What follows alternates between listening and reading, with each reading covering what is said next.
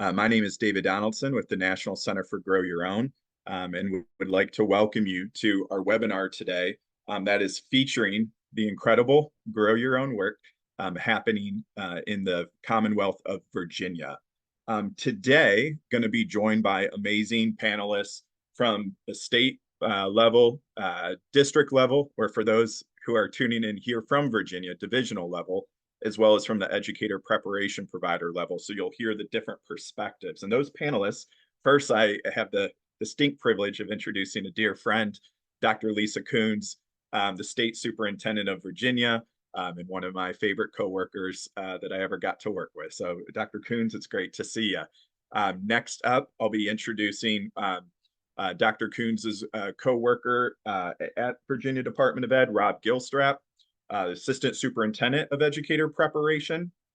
And Dr. Coons and Assistant Superintendent Gilstrap, feel free to stay on with your screens on. Next up, from a divisional superintendent, Dr. Dennis Carter from Smyth County Public Schools. We're excited to have you here today. Thank you for being with us.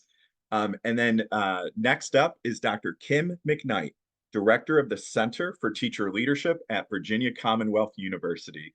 And Dr. McKnight is also in our EdPrep collaborative that the National Center for Grow Your Own sponsors with Deans for Impact. And Dr. McKnight, you're doing incredible work. So we're excited to have everyone here today. And to kick things off, I'm actually going to turn it over again to Dr. Coons to share about the incredible work that is happening in the Grow Your Own space in the Commonwealth of Virginia for some opening remarks. Dr. Coons? Absolutely. And David, we just want to thank the National Grow Your Own Center. You have helped us so much really establish our work, our vision, and our support to spread this. So every school division or district in the Commonwealth has the opportunity to participate and grow their own staff. So one of the things I am most proud of in Virginia is leaning into what other states and other school districts have done across the country. And what we know is the way you and I became a teacher, David, may not be the way teachers need to be prepared or ready today. And so we might have gone to an internship or a 12-week student teaching and had a brief encounter with the opportunity to teach. And that was okay. And we learned how to teach, and many of us learned how to teach that way and became teachers. But in today's culture and climate where teachers are being asked to understand their students, support their students, make sure they understand the content well, have all of those tools on day one, we need to grow our teachers differently. And we need to think about building a community around our teachers so that they have a real apprenticeship, that they're able to spend 1 to 2 years becoming a teacher with a strong teacher in a community they're comfortable with. Right now, we have a lot of instructional assistants in Virginia who have dreamed about becoming a teacher. They might be bus drivers or cafeteria workers or secretaries, and they're deeply vested in their community and they understand their school, but they don't have the opportunity or the means to become a teacher. So Grow Your Own allows, in Virginia, teachers to become fully licensed and have the opportunity to be mentored and truly have deep experiences in the classroom to prepare them for the needs that students have today, for the instructional expectations of teachers, and all the things that go around that teacher. So it's a great opportunity for those who are in the community who might not have the means and ways to become a teacher. And the Grow Your Own partnership really reduces those cost barriers, those ability to not work at the same time, and provide a seamless apprenticeship for those people who want to become educators but don't have the means to do so. The other piece that I love about Grow Your Own in Virginia is we have something called Teach for Tomorrow in a lot of our schools. Our high schools have opportunities through the CTE pathway for students to explore teaching. But we haven't really leaned into that process and thought about giving those teachers an associate's degree. So when they leave high school, they can go right into an apprenticeship, have 2 years in that apprenticeship model, and become fully licensed teachers without ever leaving their community. And what we're hearing across the Commonwealth of Virginia is that is the way people want to become teachers today. They don't want to go off to college and do those traditional things. A lot more of our community who are vested and want to become teachers want opportunities without barriers. And those who are thinking about becoming a teacher in high school want an accelerated pathway that doesn't leave them with debt. So I'm so excited that the grow your own approach that is spreading across the country has come to Virginia. And we're thinking about it as a way to make things work in the Commonwealth, both about mentoring, helping our teachers who are teachers become great mentors. And I know Kim McKnight's going to talk about that. That is one of the very special things in her program that she really leans into. It's about taking some of the programs that Dennis Carter has in Smyth County, some of his instructional assistants, his great staff who have leaned into the community and giving them the opportunity to become a teacher while still working in their community. But also, we've had these great pockets in Virginia. Our opportunity that Dr. Gilstrap and I are really thinking about are making sure that every instructional assistant in every school division or district has the opportunity to become a teacher. Every young person in a Teach for Tomorrow program who wants to become a teacher gets the full support of a mentorship and an apprenticeship model to become that great teacher for Virginia students. And most importantly, through our grant opportunities and our partnerships with our Department of Labor, this is a sustainable model. And it's a sustainable model that we're not doing a thing for a little while. It's a change in approach in the way we're really building teachers. Because what we know and what you've shown us, David, from the research across the country is teachers who become teachers through a Grow Your Own apprenticeship stay. They've had that great opportunity to be in that community. They've had that mentorship. They've had that long-term approach to becoming a teacher, and being part of that community allows them to have that sense of belonging that helps them want to stay and become a teacher. And I think most importantly for Virginia and a lot of other states is that we have these regional pockets, right? You have smaller school divisions like Smyth County that aren't growing 30, 60, 90 teachers a year and not filling that large vacancy so that they can run whole cohorts through the apprenticeship model, but they can partner with their school districts around them and create a cohort together. So Smyth County can have a few teachers and the neighboring school district can have a few teachers. And by building this regional approach, you're building a regional community of teachers and building a regional capacity building model. So I'm really proud of the work happening in Virginia. I'm really proud that we have everyone here today to dig in. And I just want to give a huge shout out to our higher ed partners who have leaned in and really building this at a very fast rate across the state, and our school districts and our superintendents who are looking at ways to build these programs with community partners, with their Teachers for Tomorrow, and with their existing instructional assistants and school support staff to really change the way teacher vacancy is looked at and really build strong long-term communities of teachers in the Virginia. So thank you so much. I'm excited to hear more about everything everyone is doing. That's great. Thank you, Superintendent Coons. I want to build off two things you shared. One, when people use terms like grow your own, we always say if you ask 100 different districts, you'll get 100 different answers. But the definition we like to propose is a clear, articulated pathway for an aspiring educator to become a teacher for free and get paid to do so. If you notice, we don't put an age on that definition. Could be talking about a 15-year-old, 25-year-old, 35, 45, 55, or 65-year-old. And we don't put an educational background on there. Could be talking about somebody with a bachelor's and associates or nothing at all. So when you talk about the great work happening in the Commonwealth of Virginia, and specifically referencing your Teachers for Tomorrow program of high schoolers accumulating credits towards an associate's degree so that they then can immediately enter the Virginia Teacher Apprenticeship, that is a clear, articulated pathway. So many folks get, students excited in high school, and there's so many great programs. It's great work, but then we lose them. It's a leaky pipeline. And so I know we'll be hearing more about the great work happening in Smyth County as well as, the broader Commonwealth in that regard. The other thing, just because it's personal for me, you mentioned cafeteria workers. And so I always like to share that my mom was my school cafeteria worker, but she also taught Sunday school and vacation Bible school for over 2 decades.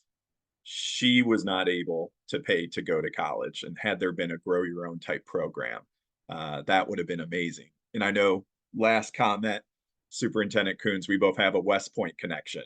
My father is a West Point alum. So if we do believe teaching and military are both forms of public service, where is the equivalent of a GI Bill for aspiring educators? Well, the Commonwealth of Virginia is showing a way it could be done. And so that's why I think this is going to be a great conversation today. With that said, let's kick things off with our first question. And folks, for anyone attending, please feel free to submit questions in the chat. We have a bunch of questions we want to get through with our panelists today, but we have time set aside for Q&A. We hope to get to it. So feel free to put questions in the chat at any time. Assistant Superintendent Gilstrap, as the Assistant Superintendent for Educator Preparation, how has the landscape of teaching changed in Virginia over the past couple of years, particularly the demographics of Virginia and where you see the greatest need for new teachers? Thanks, David. Well, Virginia is a growing state. I mean, it's a commonwealth of just under 9 million people, but has grown by 8% since 2010. And there's over 1.3 million students in the K-12 system in Virginia, which is 5% more than in 2010. Currently, we have 98,000 teachers, which is 3,000 less than in 2010. In 2010, there were 132 school districts, and they only had 500 vacancies. Vacancies last year were over 4,000. Simply put, there's more people, more students, but less teachers. Beyond that, the way our teacher makeup in Virginia goes is Virginia has 132 divisions spread across 8 regions, but 3 of the regions make up 75% of all the students in the Commonwealth. There are regions with large urban areas in cities near Northern Virginia like DC, Central Virginia like the Richmond metro area, and Southeastern Virginia like Virginia Beach and Norfolk, where we've seen the expected large numbers of vacancies in the urban areas and in the very, very rural areas. We've also seen similar demographic divisions, but with much lower vacancies. So 2 divisions right next to each other, same demographics, one has high vacancies, one has low vacancies. And we believe that teacher connection to the community they serve to be the key element to reverse the vacancy rates. Graduation rates for our students in higher ed have declined in recent years, especially in education preparation programs, due to prohibitive costs. You talked about aspiring teachers. We believe that there are many people aspiring to be teachers, but it's not something that they can do, whether it's the cost or they just don't have a clear articulated pathway for them. On average, the education preparation programs in Virginia graduate about 8,000 per year, but that has been declining, especially in the traditional way. To fill the gaps, there's been an increase in provisional license. In Virginia, provisional license means you've done most of what you need to do, but not everything you need to do to have a full license as a teacher. And we've seen increases in extensions on provisional license. People that need more time, generally we give 3 years, and we've seen where they've requested longer time to complete that.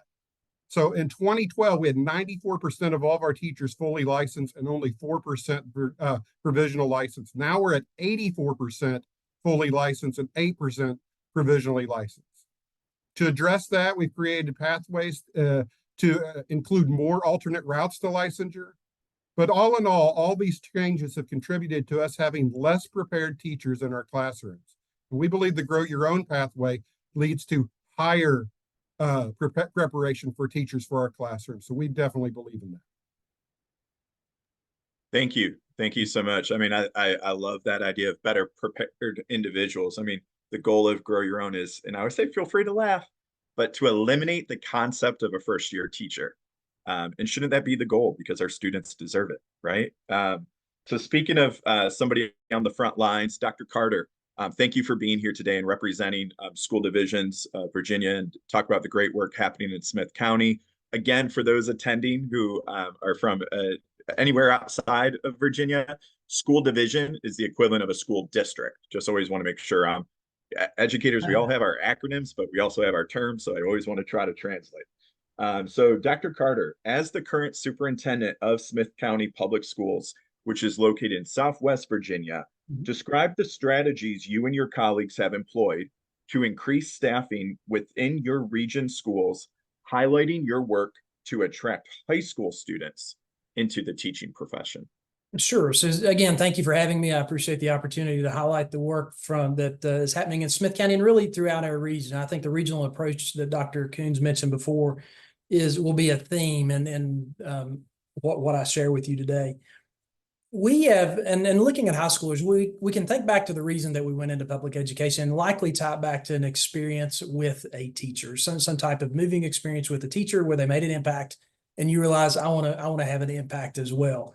And being able to have our students that are high schoolers be able to go back and have that experiential learning through the Teachers for Tomorrow program is really key to igniting that passion for education. And there's been a bit of a divide within higher education, in my belief, at least in Southwest Virginia, and being able to award dual credit enrollment for those classes. And through conversation with our community colleges and our local teacher accreditation school, which is Emory Henry College, we've been able to work and build, and I want to highlight another term that you used, a clear pathway, right? So a pathway matters, having a clear delineation of point A to point B, getting there, trying to remove the barriers of both the time piece and the financial piece, at least make the financial as minimal as you can, because the return on investment of teacher education, if you compare a teacher education degree versus an engineering degree, cost of education may be the same, but the return on that investment, the earning potential, is completely different. So that sparked the conversation that we began to have with our higher education institutions. And when we spoke with our community college system and our higher ed partners with the four-year university, the willingness to work and be able to increase the number of people going into the teacher pipeline was obviously the focus of the conversation, but the willingness to work together to meet that goal was phenomenal. It was an easy conversation to have. And I do want to highlight the requirement or the need or the desire to have that universal goal of making this attainable. Higher ed has to work together. Higher ed has to work with K-12 and lots of, and I'm going to use the word egos, but I think that's appropriate here, but egos are out the window, right? We look at the end result of teacher prep. How do we get our kids into the classroom? So to highlight the teacher piece and our student piece, we developed again, collaborative, Southwest Virginia developed the 1+1+2 program, and being able for our students to obtain at least 1 year of their college experience while they're in high school through dual enrollment classes. And a piece to that is that experiential learning of dual enrollment class and credit, where they will serve within a classroom at the elementary and middle school level. So they'll be able to go into the classroom for a block per day, and we're on 4x4 blocks at the high schools, to be able to have that experiential learning and hopefully, again, to ignite that passion for education. So obtaining that at least 1 year degree, 1 year completion at the high school level, moving on to the community college, completing year 2 of their 4-year program. And again, clear pathway. We need to highlight that as we continue this conversation. It is a clear delineated pathway. And then the transition onto the 4-year university. And the beauty of this is our local education institution, Emory Henry, has agreed to reduce their tuition drastically to a $7,500 per year cost for tuition. And that's maximum out of pocket. If the student receives additional grants or things, it would reduce that amount. So you're looking at a completion of a 4-year degree, maximum out of pocket of $15,000. Here, our community college experience is paid for within our division. So that, again, experiential learning, navigating the cost of higher education, and seeing a window of opportunity of completing that within a 3-year period post high school, that they can see that as attainable. They can see it as a pretty quick return on investment, and earning potential is good. I would like to take a minute, if it's okay, to share the teacher apprenticeship program piece as well with our instructional aides. And our paraprofessionals are a phenomenal group, and they are, I don't know how we would make it without them. They serve so many roles, and the passion to serve our students is phenomenal. And I know Smyth County is not an anomaly for that. That's nationwide, those people in those positions. And many have a desire to go and become educators and become true teachers and obtain their certification. But again, life circumstances, whether it be time, family, whether it be financial, those are barriers that are put up for these families, these people, to be able to go back and complete their degree. Through the teacher apprenticeship program with our paraprofessionals, again, a region-wide approach, 8 divisions pulled together to submit a grant to the Department of Education to obtain funding for them to obtain the remainder of their 4-year degree at no cost to them. And again, the beauty of this is a cohort model. So we all, if you've ever had an experience of circulating through a cohort model, it's beneficial for so many ways. You depend on each other, the collegiality, just everything is so strong. But being able to do that helps provide the supports needed, both academic and the just the support overall for these folks to go back and finish their degrees. So we're excited about that as well. We have 40 paraprofessionals that are in that pipeline now, in addition to our 1+1+2 student teacher pipeline. So there's lots of momentum, lots of movement. But again, keying back on the key factor to this is that willingness to work together with your higher education institutions, look at tuition, look at creative ways to be able to offer opportunities for our kids and our staff. Oh, I love to hear that. I love the consortium approach too. Especially, for anybody tuning in that's coming from rural districts or just smaller districts, you're not going to necessarily have the economies of scale or the buying power. I always give an example. You mentioned you're getting degrees for $15,000. If you gave an individual a $15,000 coupon or a voucher and said, they took it to the average university, that average university is going to potentially say, hey, you're missing a zero. And so there's something to be said about pooling divisions together or via consortium approach. And the thing is enrollment is down, as Assistant Superintendent Gilstrap said. Nationally, enrollment is down in ed prep providers. And unfortunately, just in college in general, as of this fall with the FAFSA issues going on. And so it's amazing to see when we go to university presidents or provosts and we say, wouldn't you rather have 50% tuition for 40 students versus the current 100% you have for 10? They get it every time. Because just like we're running a webinar right now, and we had over 150 people register for this, which is awesome. It doesn't cost us any more money if there was 140 who had registered or 200 who had registered. So if you're already running your program anyway, that's very smart for the state and a school division. And thanks to great partners like Dr. McKnight, who are collaborative and say, wait, yeah, there is a different way we can look at this through a collaborative model. Next question is actually back to Dr. Coons, and then I promise Dr. McKnight, you are next. Dr. Coons, since coming to Virginia, what are some of the approaches that you have seen to be effective in increasing the teacher pipeline, both in Virginia, but also from a national lens? Why does the regional approach work best in your state? So I think we talked about this on the onset, right? Like I went to college, I chose to become a teacher, I went through coursework, I went through student teaching. It was all an individualized approach. And I think Dr. Carter hit on this a little bit, Dr. Gilstrap hit on this, but we're changing this to a partnership.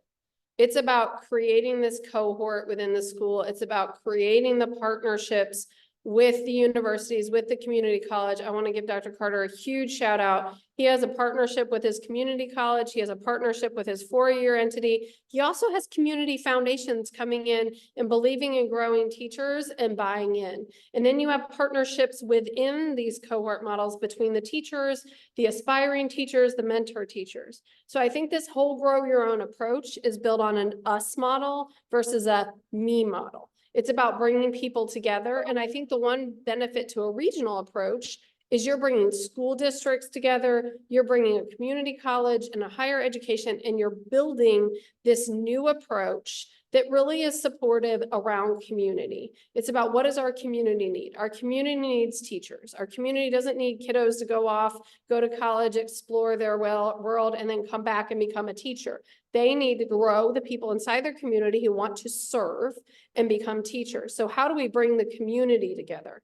How do we bring community foundations? How do we bring the higher ed partners? How do we bring people together and really remove those barriers? David, you talked about your mom being a cafeteria worker. We've talked about, young people going through and saying, Dr. Carter, I'm going to embarrass him a little bit, has one of the regional teachers of the year. He's a very young, inspiring band director who has 2 kiddos in band who now want to do a grow your own program to become band directors. And that's what we're talking about, a different community and culture, a different approach that I'm so proud of Virginia that they're building. And so, Dr. McKnight has not had yet the opportunity to speak, but she comes to the table as both a higher ed partner, but as a community partner. We have a school district that's really having some challenges in Southern Virginia. And she's like, nope, I'm sitting at the table. Let's think about this together. We can bring these people in. We can do this. This is how we can do this.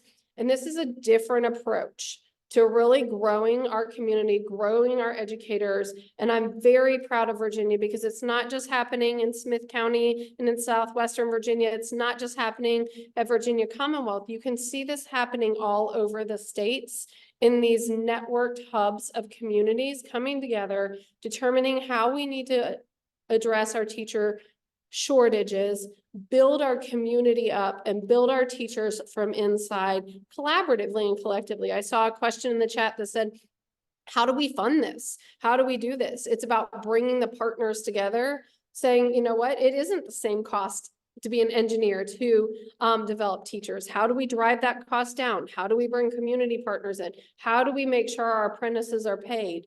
And it's about solving that together. So that's one of the most things I am proud about of Virginia is the partnership approach and the collaborative community that comes together to solve a challenge we have for our children. Mm-hmm. That's great, Dr. Coons. I mean, and it's that collaborative that comes with a solutions focused approach that I know Dr. McKnight, that you practice in your leadership. And so the next two questions are actually going to be geared towards you. But I also want to hit on what Dr. Coons also mentioned. Great questions coming in the chat, folks. Please continue to submit them in this space. But Dr. McKnight, your role with VCU, and more specifically, the Center for Teacher Leadership, has brought you into contact with multiple divisions, again, school districts for other folks, all seeking the same solutions. What are some of the strategies that you have seen across the Commonwealth to attract and retain teachers, especially the different regional approaches that you support? Yes, thank you so much. And thank you for this opportunity. As we consider attracting and retaining teachers, we believe it's to, through, and thrive. So we need to get individuals to teaching through strong preparation and mentorship so then they can thrive in their classrooms. And one of the best ways to attract teachers is to reduce financial barriers. It should be free and they should be getting paid to do this, and provide that extensive mentorship and wraparound supports through the cohort model. I echo everything that's already been shared. We also believe you must recruit from the community, and individuals who live in the school division have a more vested interest, and they're more likely to stay. I like to say you're only as strong as your weakest mentor. And we're very proud that over the last 14 years, 99% of our mentor teachers say that being part of our preparation model has made them a more effective teacher. So that's just a bonus retention strategy, that you're not just properly preparing a new teacher, but you're also having that veteran educator who has a renewed and refined belief in their teaching. Thank you for that. I was so hung up on when you said the weakest, you're only strong as the weakest mentor. I thought you were going to go with weakest link. And then I was thinking, because my sister was on that game show. Total aside. And we are under a strict non-disclosure agreement, but there may or may not be someone on the NCGYO team that will be on a national trivia show that might sound like well, you all know what is blankety blank, but I can't say any more than that. So stay tuned. That will be a future. We're all on the edge of our seat, David. I know it's not me, of course. We all know it's not me that's going to be on the game show. But anyway, Dr. McKnight, coming back to you, but I just love that. If investing that mentor, like, why does anybody leave any job? It's because of who you work for. If there's not opportunities to grow, so investing in that's just it's so important. And Lisa, I feel so bad. You're like, David, you know, you're having some PTSD about us working together back in Tennessee, right there, when me going off on my tangent. All good. It's all good. Fun. So, Dr. McKnight, I'm sticking with you for this next question. The increase in alternative pathways for teachers to earn a license has opened opportunities for many ed prep providers. What do you see as the next evolution of the traditional teacher pathway? So I'll preface by saying I was a kindergarten teacher. And so I believe the future is bright. We're all going to need our sunglasses. And that shift from the traditional teacher pathway to the apprenticeship model is a true game changer. We've seen hundreds of interested applicants, and that by opening up the associates to bachelor's pathway tied with salary and benefits, so future teachers can earn while they learn, has the beauty of online coursework with regular check-ins with division partners and this embedded year-long or 2-year-long clinical placement with a gradual release of responsibility is really able to have fidelity to a really successful preparation model that will prepare them for the context with which they're going to teach. And that can happen anywhere in the Commonwealth when you're able to have online coursework, and most of their experiences are in the classrooms and in the schools that they'll be.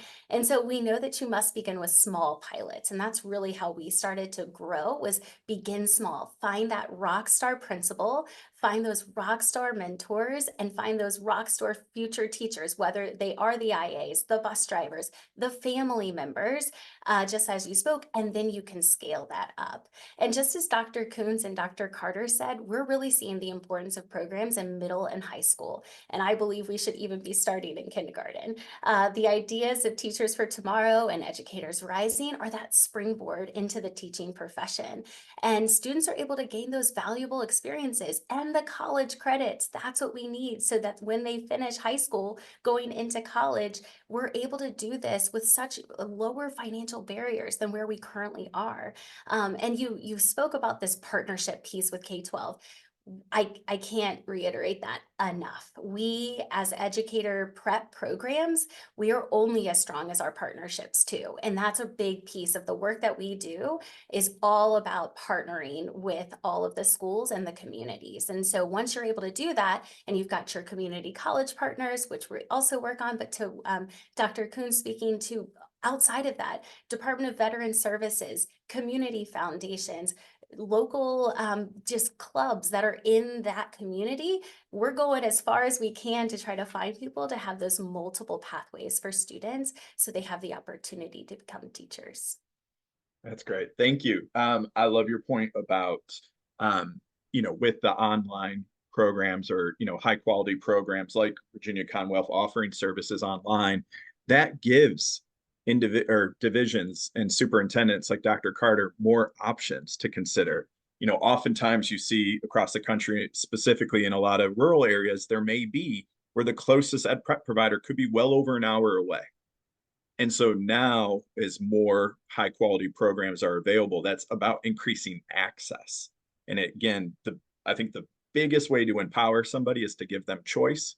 And so, Smyth County now can say, I want to work with this ed prep or this ed prep, or you might have the best middle school math program in the state, and I'm going to work with you for your high school Spanish. Options really matter in this space, and rising tides lift all boats in these types of conversations. So with that, Assistant Superintendent Gilstrap, the question that comes up every time we talk about this type of work, but it's an important question. It's the number one question that always comes up: funding. So funding is always the key ingredient for these for great ideas. With ESSER expiring in September, what are some other funding sources that Virginia is looking at to continue these programs? David, that is the $10 million question if we're going to be on a game show. Most importantly for us is to use and secure the money we already have. So we already have money. We have ESSER money right now, and we are applying with the US DOE to extend our leftover ESSER funds for the allowable 18 months.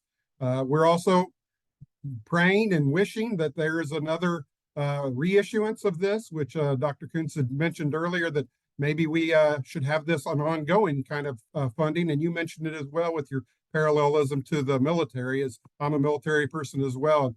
They don't cut that funding, so why should they cut this funding when it's so helpful to teachers? But we're also, beyond that, we're practicing a braided funding strategy.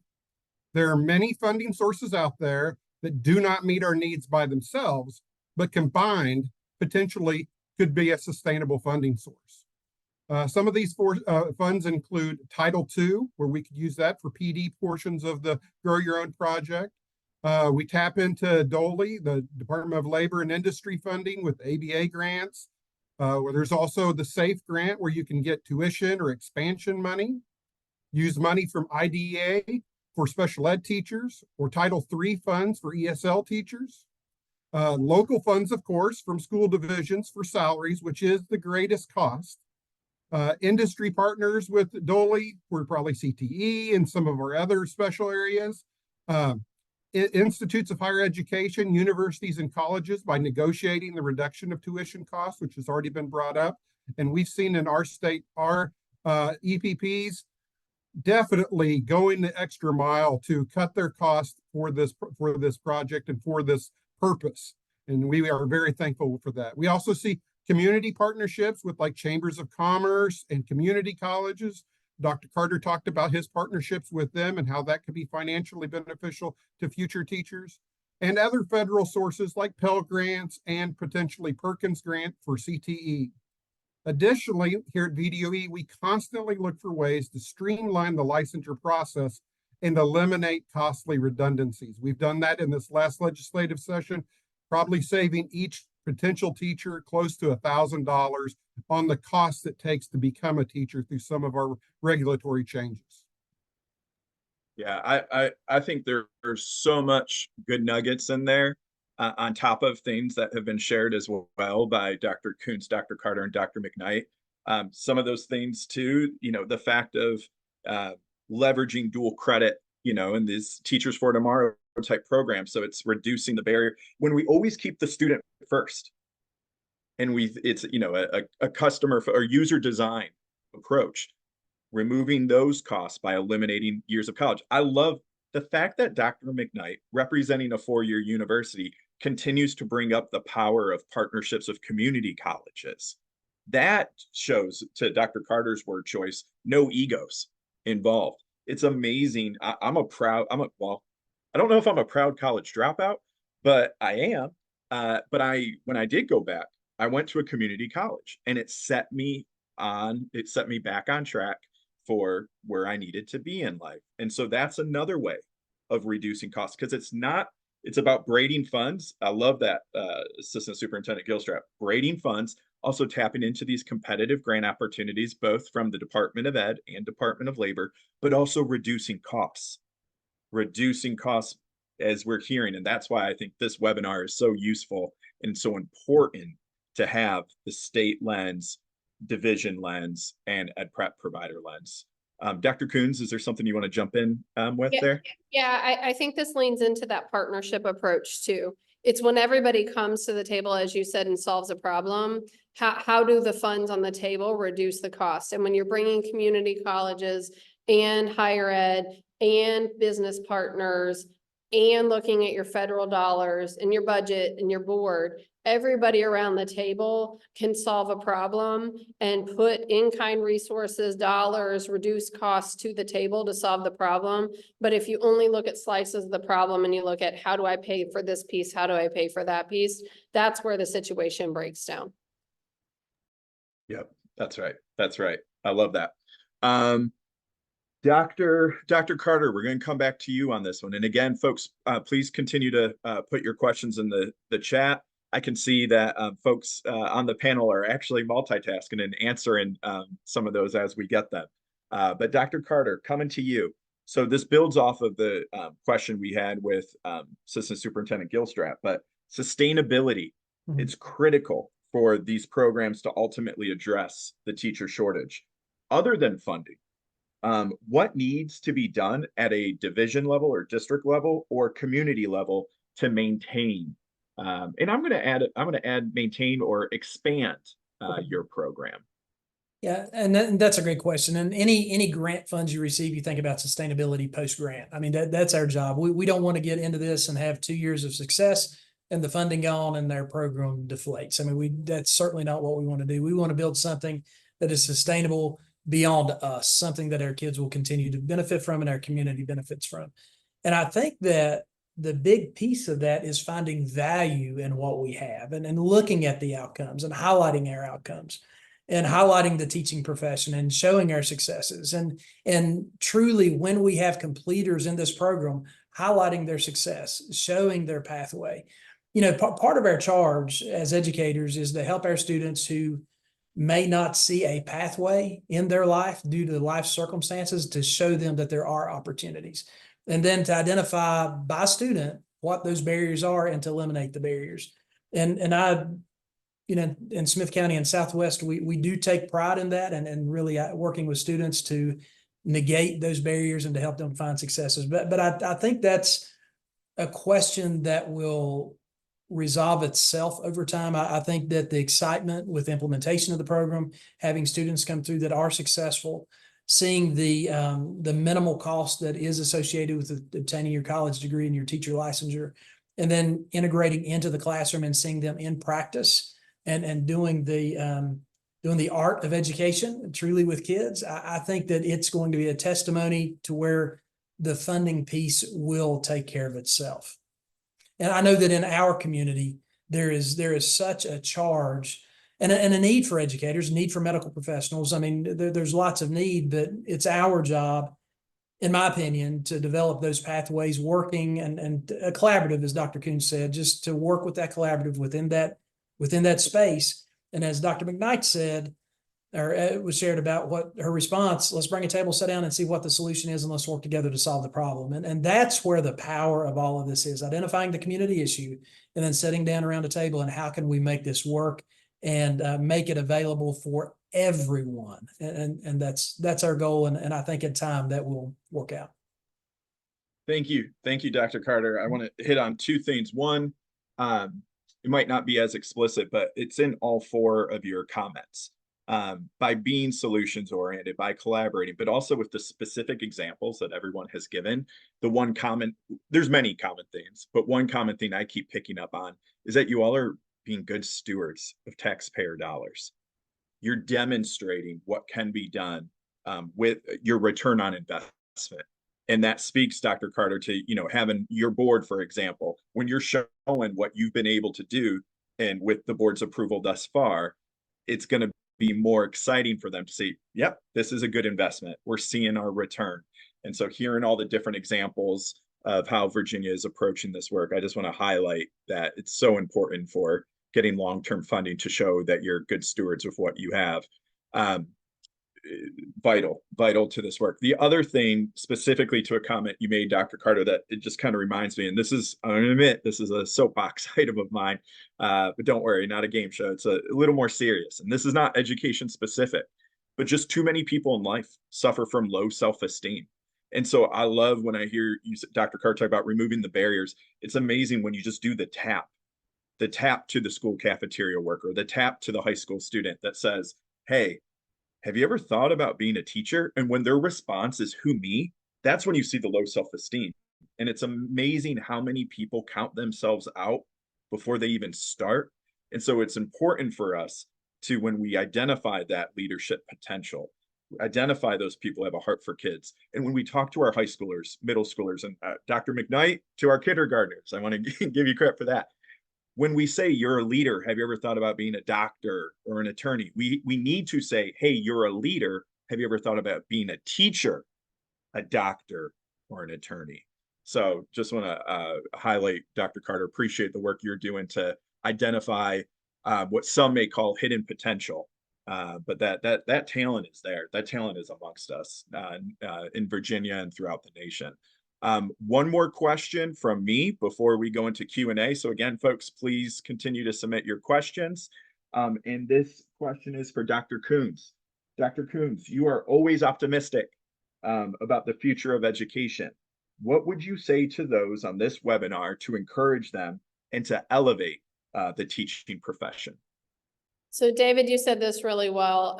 You talked about our connection to West Point and the fact that we have great military service members who serve our country every day. I am the proud wife, spouse, and mother of the military, and our teachers serve.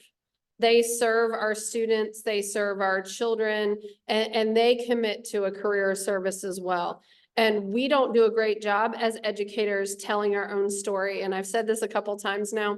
We had the opportunity over the past month to recognize each of the regional teachers of the year in their own schools. And so you go and you celebrate the teachers and they're excited. And the immediate response is, I have to get my kids to cross-country practice. I have to make sure they're ready for this French quiz. They aren't celebrating their successes. They aren't telling their story. They aren't elevating their own experience because they're doing a career of service. Their job is to serve children, and that's their focus and what they believe they're doing. We have to tell their story. We have to elevate their voice. I think there are more Twitter feeds from the Virginia Department of Education. Shout out to them today.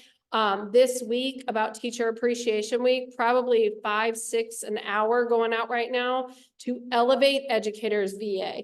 And that is an intentional approach for our team to make sure we are elevating the awesome service that our educators are doing every day for children.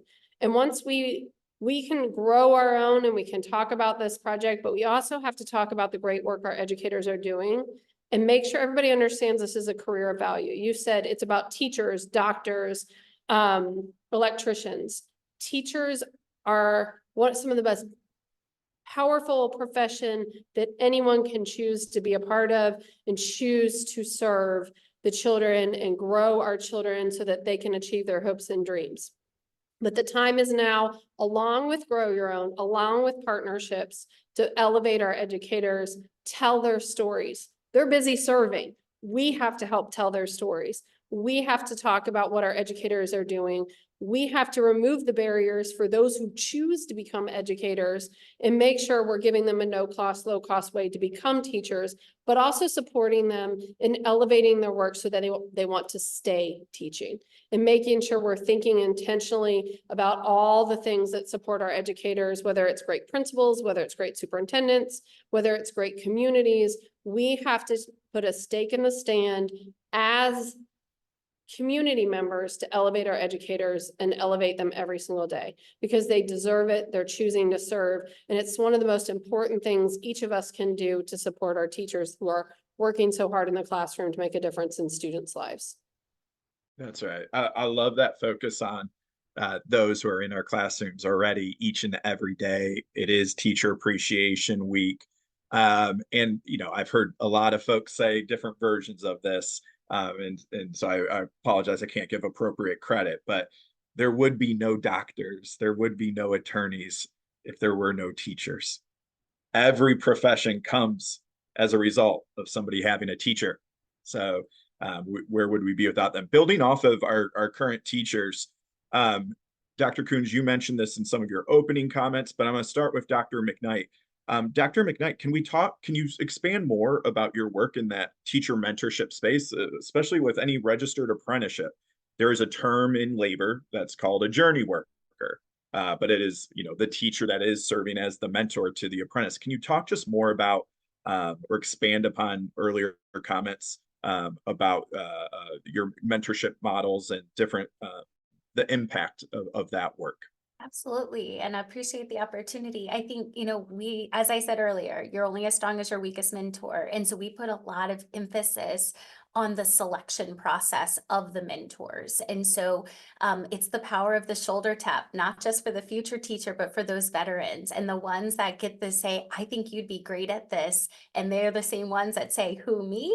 And so what we try to do is everything is done online, but they have to record themselves teaching 20 to 30 minutes. And then they have to get references from a principal, from someone else in their building. They have to do a follow-up interview. I often say that some of our best teachers are our worst mentors.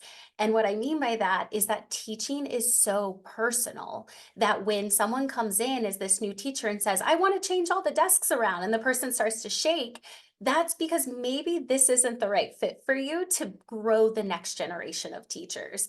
But the more that people see it, and then they get really jazzed about having the opportunity to grow that next generation, then we have most of our mentors want to do it again and again. I think what's also critical is that you have to pay these mentors. So part of our model is that it's $3,500 that our mentors get paid, and school divisions pay for that. That is a really critical piece. So we use the new Teacher Center coaching model, which is in the What Works Clearinghouse, that can move student achievement forward through teacher practice. And so teachers that our mentors are going through extensive training how to grow that next generation of teachers. They need to learn how to have those entry points, have really tough conversations. In our organization, we say that feedback is love, and I don't mean it in a corny way. It's a true gift. It's an opportunity for you to become better. And so we make sure that our mentors learn how to provide meaningful feedback. And one of the best ways is videotaping. It's one thing to say, hey, that kid threw a pencil across the room. It's another thing to watch it and then say, what are we going to do differently next time? And so for us, that mentor piece, I want to also highlight, you talked about the cohort. We also bring all of our mentors together every single month. We also do collaborative assessment logs where the mentor is meeting with their pre-service teacher so they can say, what's working this week? What are your challenges? What are you going to do to try to solve your challenges? And what do you need from me to support you in this process? And so again, we need to constantly be reflecting so that when you're trying to train that mentor, they also understand that they are growing the next generation in their room so that they'll ultimately take over in their school, whether it's joining their team, looping with that class, or going to another grade level. That's great. Thank you. Thank you, Dr. McKnight. Dr. Carter, I'm curious from your lens. You know, I mentioned earlier that enrollment is down across the country from ed prep providers, and that was also brought up by Assistant Superintendent Gilstrap. You know, there was a day and age when if you had an elementary opening, you would get 30 applications. You would get 50 applications for every opening. And a lot of times nowadays, it's, you know, 1 application, 2 applications if you're lucky in certain cases. But my point, the question where I'm going with this is a lot of folks point out that problem and then that's it. They just point out, back in my day, 30 applications. Now I'm lucky to get 1. You at Smyth County Public Schools took a proactive approach for both your high school students as well as current IAs. Why?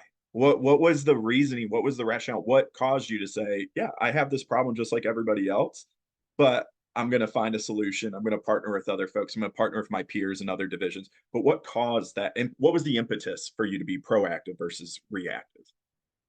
Yeah, that's a really good question. And I think that need drives innovation. And I think that we had a need in Southwest and particularly Smyth. Obviously, my charge is Smyth, but we have a love for Southwest, so Southwest Virginia. So how could we work together to address that concern?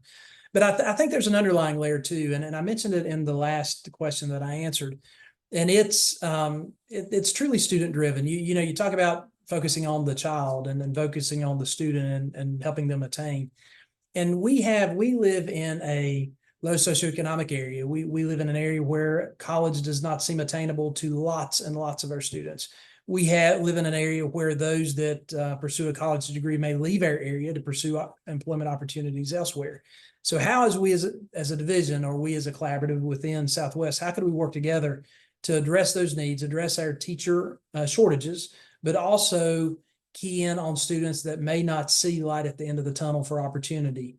And how can we tap that hidden potential, as you said earlier, to be able to highlight them and give them that experiential learning, and not only get that experiential learning to ignite that drive to become an educator, but give them that delineated pathway to get there. So, you know, you recognize the potential, and you recognize that potential in their ability to go into a classroom, and you see that. You see that light bulb go off, you see that excitement, and then the conversation starts of, is this something you'd like to do? And then here's a way to do that.